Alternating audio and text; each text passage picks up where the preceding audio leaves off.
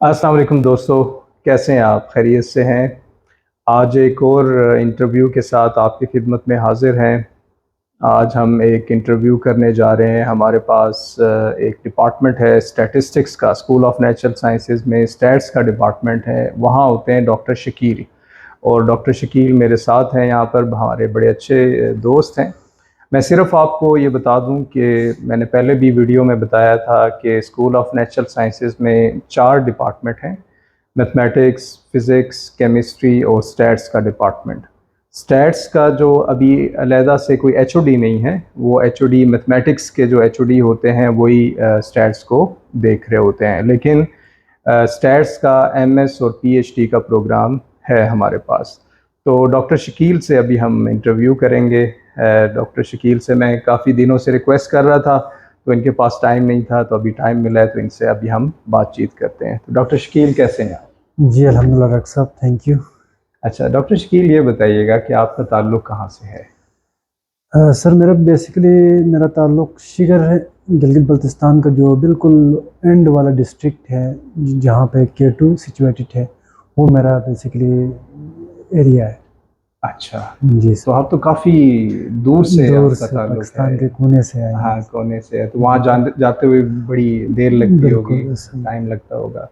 तो आपकी जो स्कूलिंग है, वो भी वहीं से है? जी, स्कूलिंग भी मेरी प्राइमरी से लेकर जो है, प्राइमरी मैंने गाँव में ही प्राइमरी एजुकेशन मैंने हासिल की। फिर मिडिल के लिए मुझे गाँव से थोड़ा तकरीबन 1 घंटे का डिस्टेंस जाना पड़ता था।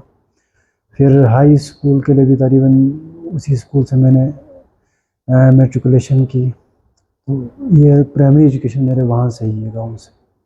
तो आपने मैट्रिक भी वहाँ से किया, तो जी। माहौल थोड़ा-सा बताइए कि कैसा माहौल था? क्या फ़ैसिलिटीज़ थीं या माहौल अगर कैसा मैं माहौल? आपको बताऊँ तो जब प्राइमरी स्कूल में मैं पढ़ रहा था, वहाँ हमारी कोई बिल्डिंग नहीं थी ना स्कूल की।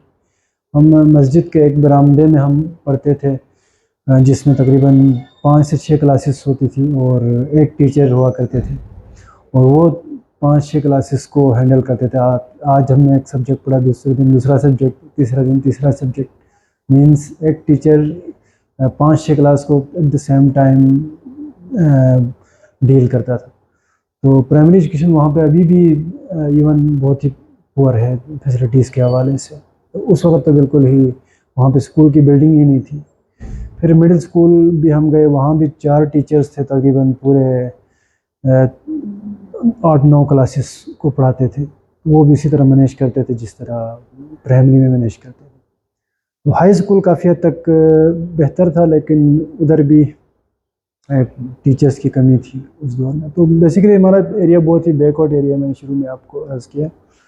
बिल्कुल पाकिस्तान के नॉर्थ के बिल्कुल एंड पे जाके हमारा जो डिस्ट्रिक्ट है वो टच करता है। ये कोई चाइना का बॉर्डर बनता है? ये बेसिकली चाइना और इंडिया का जो बॉर्डर है ना, वो बिल्कुल जाके K2 के बैक साइड पे टच करता है। जी, नहीं तो आप इसमें कह सकते हो नॉर्थ ईस्टर्न जो पार्ट है। ठीक, जी, ठीक। पाकिस्तान का। अच्छा, तो आप काफ़ी दूर से आप ताल्लुक़ है, और आपने वो जी बताया सर। भी है कि एजुकेशन सिस्टम वहाँ का अभी प्राइमरी, और अभी क्या सूरत-ए-हाल है? अभी कुछ इम्प्रूव अभी भी हुआ है? काफ़ी हद तक बेहतर हुआ है, लेकिन उस तरह नहीं है जिस तरह आप बाकी शहरों से अगर कंपैरिज़न करें, तो वहाँ अभी भी पुअर फैसिलिटीज़ हैं। ठीक है। तो आपने फिर मैट्रिक यहाँ से कर लिया, अपने जी, हमारे गाँव से और वहाँ के स्कूल से। बिल्कुल। तो उसके बाद फिर आपने एफएससी की, और जी, एफएससी कहाँ से की आपने? एफएससी मैंने स्कर्दू बॉयज़ डिग्री कॉलेज से मैंने एफएससी की। तो मैथ, स्टैट्स, फिज़िक्स मेरा कॉम्बिनेशन था, और वहाँ से मैंने एफएससी भी की, और फिर बीएससी की भी वहाँ से मैंने कंटिन्यू की। अच्छा, तो एफएससी ये जो कॉलेज है, ये वहीं पर है, आपके गाँव में ही है? जी, गाँव से दूर है ये डिस्ट्रिक्ट, स्कर्दू डिस्ट्रिक्ट के जो है सेंटर में, सिटी में, हुँ। जो कि अभी पोस्ट ग्रेजुएट कॉलेज का उसको दर्जा दिया। पहले वहाँ पे बीएससी तक क्लासें होती थी। अच्छा, जी। तो इसके लिए आपको डेली आप जाते थे नहीं, स्कूल? मैं तकरीबन 4 साल जो है वो घर से दूर रहा, यानी दोस्त के साथ हम रूम लिए हुए थे, वहाँ पे खुद कुकिंग करते थे और सारी चीज़ें खुद मैनेज करते थे। तो 4 साल मैंने फर्स्ट ईयर से फोर्थ ईयर तक वहाँ पे मैंने टाइम स्पेंड किया। अच्छा। That was a tough routine but manage करते थे हम। तो वहाँ पे आप एजुकेशन के साथ साथ ये स्किल्स भी, कुकिंग वगैरह ये चीज़ें भी मैंने सीखी। ये तो बड़ी अच्छी बात है हाँ कि आप जी छोटी डॉक्टर साहब, उम्र में भी छोटी उम्र से ही आप इंडिपेंडेंट ज़रा बिल्कुल। होना शुरू करते हैं। तो एफएससी आपने बताया कि मैथ, स्टैट और फिज़िक्स में आपने जी सर। की, तो फिर आपने क्या सोचा कि बीएससी करनी है, जी बीएससी, या उस वक़्त बीएस तो नहीं था? बीएससी थी वहाँ पे। बीएससी जी थी, तो बीएससी मैंने वहाँ से कंटिन्यू उसी किया कॉलेज था। से आपने जी की। तो वो कौन से सब्जेक्ट थे उसमें? तो बीएससी में मेरा फिर फिज़िक्स मैंने छोड़ दी क्योंकि मेरे फिज़िक्स में इतने अच्छे ग्रेड्स नहीं थे एफएससी में। तो फिर मैंने इकोनॉमिक्स और मैथ्स और स्टेट्स मैंने ऑप्ट किया था। अच्छा। तो ये कॉम्बिनेशन था। तो आपका स्टैट्स, क्योंकि फिर एमएससी में आपने स्टैट्स पढ़ा था। जी जी, स्टैट्स किया था, जी। लेकिन ये शौक फिर कहाँ से आया आपको? एफएससी में कोई स्टैट्स अच्छी लगनी शुरू हुई? बीएससी में आमतौर पे स्टैट्स में कम लोग जाते हैं, ज़्यादातर रुझान होता है मैथमेटिक्स का या फिजिक्स का। जी डॉक्टर साहब, इसमें मैं एक बात आपको और ऑडियंस को भी मैं शेयर करूं।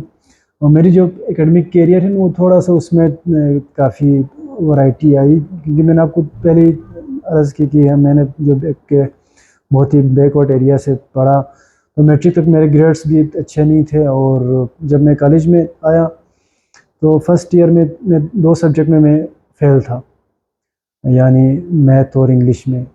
फिर सेकंड ईयर में मैंने अच्छे नंबर से मैंने पास किया। और थर्ड ईयर में जब मैं पहुंचा तो मैंने जो है कॉलेज टॉप किया, जो इंटरनल एग्ज़ाम होता था। ठीक है। तो फोर्थ ईयर में फिर मैंने यूनिवर्सिटी, कराकरम यूनिवर्सिटी मैंने टॉप किया। और मेरे स्टेट्स में सबसे हाईएस्ट मार्क्स थे, 200 में से 180 मार्क्स थे, जो कि 90% अबाउट बनते हैं, क्योंकि हम 2 साल के बाद हम एग्ज़ाम देते थे और ये बहुत ही अच्छे ग्रेड्स थे। तो मेरा इंटरेस्ट इस तरह स्टेट्स में बिल्ड हुआ। हालांकि कराकरम यूनिवर्सिटी से मुझे ऑफ़र आई थी स्कॉलरशिप की, आप मैथ्स में करें। मैंने वहाँ से कंटिन्यू नहीं किया, फिर मैंने कायद-ए-आज़म यूनिवर्सिटी ज्वाइन किया और ये एमएससी की आप बात कर रहे हैं एमएससी कि के लिए। एमएससी में कराक्रम यूनिवर्सिटी से जी सर, आपको स्कॉलरशिप की? बीएससी। बीएससी में? हाँ जी, बीएससी के बाद यानी एमएससी के लिए स्कॉलरशिप की ऑफ़र आई जी, थी। जी, एमएससी की जी स्कॉलरशिप आपके पास ऑफ़र थी कराक्रम यूनिवर्सिटी जी से, क्योंकि बिल्कुल। आपने टॉप किया था। जी और फिर आपने फिर कायद-ए-आज़म यूनिवर्सिटी से एमएससी की जी स्टेट, बिल्कुल। तो इसकी क्या वजह थी? आपने, अच्छा, वो मैथ नहीं करना चाह रहे जी थे आप, तो बिल्कुल। वहाँ इस स्टैट्स नहीं मेरी था? परफॉर्मेंस ऑलरेडी स्टैटिस्टिक्स में अच्छी थी, मैंने आपको पहले जी, अर्ज़ किया। जी, जी। तो वहाँ पे स्टैटिस्टिक का डिपार्टमेंट उस वक्त स्टार्ट नहीं हुआ था, अभी तो स्टार्ट हुआ है। तो फिर पाकिस्तान की जो टॉप यूनिवर्सिटी थी, कायद-ए-आज़म यूनिवर्सिटी, नाम सुना हुआ था, तो उधर अप्लाई किया और स्टैटिस्टिक्स, एमएससी स्टैटिस्टिक्स में मेरा एडमिशन हुआ था। ये तो बहुत दूर था वैसे, कायद-ए-आज़म यूनिवर्सिटी जिस जगह का आप बता रहे हैं, तो कैसे आपको पता चला कायद-ए-आज़म यूनिवर्सिटी का, और ये किस सन की बात है, ये भी जी, बताइएगा? ये बहुत इंटरेस्टिंग बात है वैसे। जब मैंने बीएससी की, यानी मैं फोर्थ ईयर में था, तब तक मुझे, मैंने कायद-ए-आज़म यूनिवर्सिटी का नाम भी नहीं सुना था, टू बी ऑनेस्ट। ठीक है, क्योंकि उन दिनों सोशल मीडिया का भी, ये 2010-11 की बात है, सोशल मीडिया का भी इतना इन्फ्लुएंस नहीं था। तो मेरे गांव का एक लड़का था, उसने मुझसे पहले एडमिशन लिया था एमएससी स्टैटिस्टिक्स में ना। तो उनके थ्रू मुझे पता चलेगा कायद-ए-आज़म यूनिवर्सिटी भी एक यूनिवर्सिटी और जो पाकिस्तान की टॉप यूनिवर्सिटी है, तो वहाँ पे इस तरह के प्रोग्राम्स ऑफ़र हो रहे हैं। तो फिर मैंने वहाँ मैंने मूव किया। हालांकि वो एक चैलेंजिंग स्टेज था कि मेरे लिए यहाँ पे शहर मूव करना और यहाँ पे एक्सपेंसेस बर्दाश्त करना, बट अल्हम्दुलिल्लाह पेरेंट्स के सपोर्ट की वजह से वो मैनेज हो सका। अच्छा, तो आपने एमएससी स्टैट्स फिर कर लिया, उसके बाद जी फिर क्या सोचा आपने? एमफिल करना है या कोई जॉब करनी है? जी, एमएससी स्टैटिस्टिक्स के बाद भी वही एक मोटिवेशन थी, क्योंकि मैं क्लास में टॉप पे था अपना। तो मैंने यही सोचा कि भाई अब अगर मुझे इस सब्जेक्ट में आगे एक तरह से मेरी वो है, चीज़ें क्लियर है, कंसेप्ट क्लियर है, तो मुझे इसी में ही अपनी एनर्जी मतलब मुझे लगानी चाहिए। न कि मैं, लोगों को मशवरा देते हैं, आप जब आप ग्रेजुएशन के बाद एक स्टेज पे पहुंचते हैं तो लोग आपको डिफरेंट मशवरा देते हैं, आप एक ब्राइट स्टूडेंट हो, आप सीएसएस करें, आप ये करें, आप वो करें। बट मेरा यही एक मोटिव था कि अगर मैं अपने डिपार्टमेंट में, अपने सब्जेक्ट में मैं परफॉर्म अच्छा कर रहा हूँ, then I should move with this. तो इसी मोटिवेशन के साथ मैंने एमफिल किया विदाउट एनी गैप। और एमफिल भी मैंने उधर से ही कायद आज़म यूनिवर्सिटी से ही किया। अच्छा, मैं यहाँ अभी सोच रहा था, आप ये जो आप बता रहे हैं कि एमएससी में भी आप टॉप के स्टूडेंट थे। जी फर्स्ट ईयर में आपने बताया कि आपके 2 सब्जेक्ट फेल हुए थे, तो जी एकदम वहीं से मोटिवेशन आपको मिला जी था कि अब बिल्कुल, मैंने बस टॉप ही करना एग्जैक्टली है?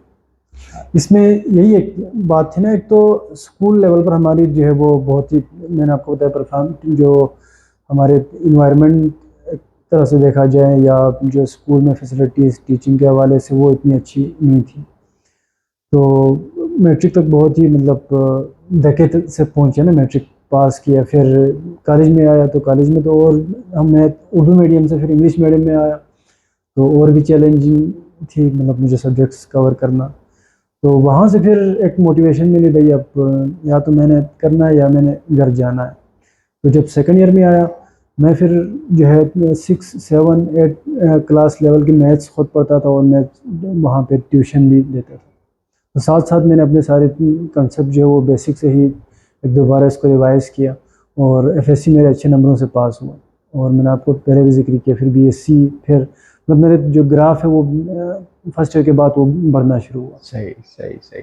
बस वो मैं एक चीज़ यही ऑडियंस से भी शेयर करना चाह रहा था कि देखें, एक दफ़ा नाकामी होती है तो फिर आप वहाँ से खड़े होते हैं और फिर जैसे ये एग्ज़ाम्पल है, इन्होंने फिर आगे टॉप किया एमएससी में, एमएससी तक। तो अभी एमफिल का भी हम पूछते हैं, तो एमफिल में आप बताइए कि एमफिल में भी आपने फिर टॉप किया था, जी कायद आज़म सर, यूनिवर्सिटी से ही एमफिल आपने किया था? जी बिल्कुल, फिल्म में भी मुझे गोल्ड मेडल मिला था, अच्छा, वाइस माशाल्लाह, चांसलर माशाल्लाह। गोल्ड मेडल, और टॉप पे ही था। अच्छा, अच्छा। और रिसर्च में भी मेरी 3 पब्लिकेशंस मैंने फिल्म में पब्लिश किया था अपने थीसिस में से, 3 चैप्टर्स थे और तीनों इम्पैक्ट फैक्टर जर्नल्स में जो वो पब्लिश हुए थे। अच्छा, स्टैट्स में 3 जी पब्लिकेशन, सर। बड़ी बात है। और सुपरवाइज़र कौन थे आपके? सुपरवाइज़र मेरे डॉक्टर जावेद शब्बीर थे, जो कि कायद आज़म यूनिवर्सिटी से भी रिटायर हो गए, प्रोफेसर और डीन भी रह चुके वहाँ पे। और उनके साथ रिलेशन आपका कैसा था?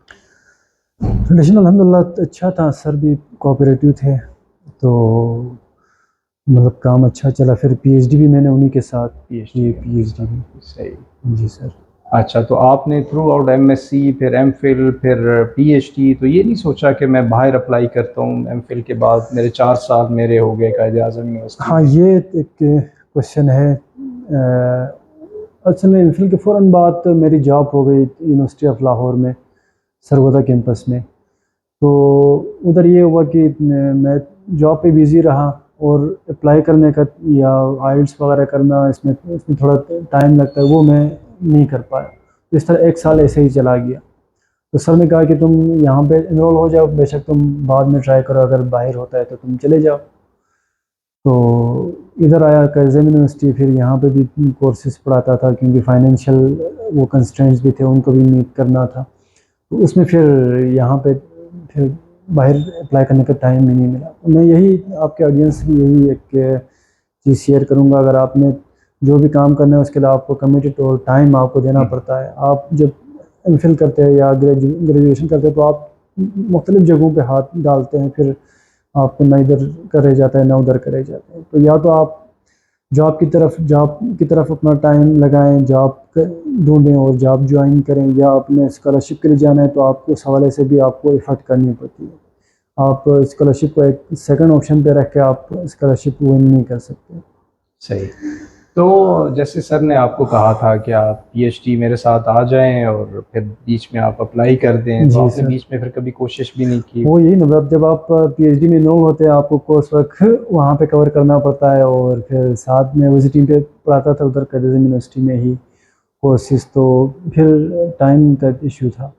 अच्छा, तो तो वही, आपकी जब तक आप टाइम स्पेयर नहीं करेंगे, आई थिंक स्कॉलरशिप विन करना, आई थिंक इट्स डिफ़िकल्ट। अच्छा, ठीक है। तो सर के साथ आपके जो सुपरवाइज़र थे, जैसा एमफिल में रिलेशन था, आपकी पब्लिकेशन भी थी, जी। तो क्या पीएचडी में भी वही रिलेशन रहा आपका? और फिर पब्लिकेशन कितनी हुई आपकी पीएचडी में? और पीएचडी कंप्लीट होते-होते मेरे तकरीबन 12 पब्लिकेशंस हो गए थे। अच्छा। जो एमफिल के बाद मैं काम करता रहा, फिर वही प्रोजेक्ट आगे तक कंटिन्यू रहा। हुँ। तो at the end of PhD मेरे 12 पब्लिकेशंस थी। अच्छा, बड़ा अच्छा नंबर है और सारे इम्पैक्ट फैक्टर जर्नल जी सर। में पब्लिकेशन थी। बिल्कुल। बहुत अच्छा। आपका 3 पहले सर होंगी और तकरीबन 9। 6-7 डब्ल्यू कैटेगरी में और 4 तकरीबन 4-5 उसमें थे एक्स कैटेगरी में। अच्छा अच्छा, बस। ठीक ठीक है। तो ज़बरदस्त, बहुत अच्छी बात है। तो उसके बाद फिर आपने पीएचडी कर ली, तो जी फिर सर। 2 ऑप्शन थे, या तो पोस्ट डॉक बिल्कुल। करते या फिर जॉब करते, जॉब आपने कर। फिर क्या सोचा? असल में पीएचडी के जो लास्ट ईयर में ही मेरी जॉब हो गई थी वाह मेडिकल कॉलेज में एज ए बायो स्टैटिस्टिशियन। तो तकरीबन 1.5 साल तक मैंने वहाँ सर्व किया, यानी पीएचडी के लास्ट ईयर में, फिर पीएचडी होने के बाद तकरीबन 6 मंथ। तो फिर बाहर जाने की अपॉर्चुनिटी, हालांकि मेरी उसी दौरान जो है एफपीएससी के थ्रू लेक्चरर की भी जॉब हो गई थी 17 की, तो वो भी मैंने अवेल नहीं किया, ज्वाइन नहीं किया, क्योंकि मैं अपने प्रोफेशन से फिर वही एक चीज़ जो मैंने सीखी है उनको मैंने आगे यूटिलाइज़ करना है, उसको प्रैक्टिकली अप्लाई करना है। तो वो एज ए बायो स्टैटिस्टिशियन मैंने सर्व किया 1.5 साल। उसके बाद फिर मैं कराची की यूनिवर्सिटी की जॉब ऑफ़र हुई थी, 6 साल वहाँ रहा, 6 महीने वहाँ मैंने सर्व किया। उसके बाद जो है यहाँ नस्प में ज्वाइन किया। अच्छा तो बेसिकली पोस्ट डॉक के लिए भी, हालांकि जब मैं नस्प आया था तो मुझे HEC की तरफ से ऑफ़र हुई थी जो 1 साल की पोस्ट डॉक, बट यहाँ से छुट्टी वगैरह का इशू था तो मैं अच्छा ज्वाइन नहीं कर सका। अभी इंशाल्लाह प्लान है अच्छा नेक्स्ट पोस्ट डॉक का। अच्छा अच्छा। तो आप नस्ल में कब आए थे? नस्प में मैं जुलाई 2021 में सर। अच्छा, 2021 में, ठीक है। जी सर। तो अब ये बताइएगा कि जो आपकी रिसर्च किस एरिया में है? थोड़ा-सा जो स्टैट्स देखने वाले हैं उन्हें ब्रीफली अगर आप बता सकें। हाँ, रिसर्च के हवाले से मैंने पहले अर्ज़ की, मैं एज ए बायो स्टैटिस्टिशियन में काम कर रहा था, तो वहाँ से ही मेरा इंटरेस्ट है उसी हेल्थ रिलेटेड, जो जिसे हम हेल्थ स्टैटिस्टिक कहते हैं या मेडिकल स्टैटिस्टिक कहते हैं, कुछ लोग इसको बायो स्टैटिस्टिक कहते हैं। तो उसी में मेरी रिसर्च थी। पीएचडी के दौरान भी मैंने जो है डेमोग्राफिक हेल्थ सर्वे के डेटा के ऊपर काम किया, जिसमें different machine learning techniques apply की। तो उसके बाद भी मैं उसी मतलब जो हेल्थ स्टैटिस्टिक वाले ही डायरेक्शन में काम कर रहा हूँ और स्टूडेंट्स को भी उसी एरिया में काम करा रहा हूँ। अच्छा, तो आपके जो अभी ग्रुप है उसमें कितने एमएस के स्टूडेंट हैं और कितने पीएचडी के स्टूडेंट हैं, और कोई ग्रेजुएट हो गया तो वो भी बता दीजिए। जी सर, तकरीबन 2 स्टूडेंट्स मेरे ग्रेजुएट हुए हैं और 4 अभी एमएस के स्टूडेंट्स अभी अंडर सुपरविज़न हैं, और पीएचडी के 2 स्टूडेंट्स भी मेरे साथ काम कर रहे हैं। अच्छा, और जी सब सर। ये बायो बायो स्टैटिस्टिक्स में? स्टैटिस्टिक्स, मेडिकल स्टैटिस्टिक्स में। अच्छा, ठीक हो गया, ठीक है। और ये तो मेडिकल स्टैटिस्टिक का कोर्स मैं पढ़ा रहा हूँ इधर एमएस पीएचडी को 2 साल से। तो अच्छा स्टूडेंट का फीडबैक रहता है और स्टूडेंट बहुत ही इंटरेस्ट के साथ सुनते हैं, इसको लेते हैं। बड़ी इंटरेस्टिंग फीडबैक स्टूडेंट की तरफ से होता है।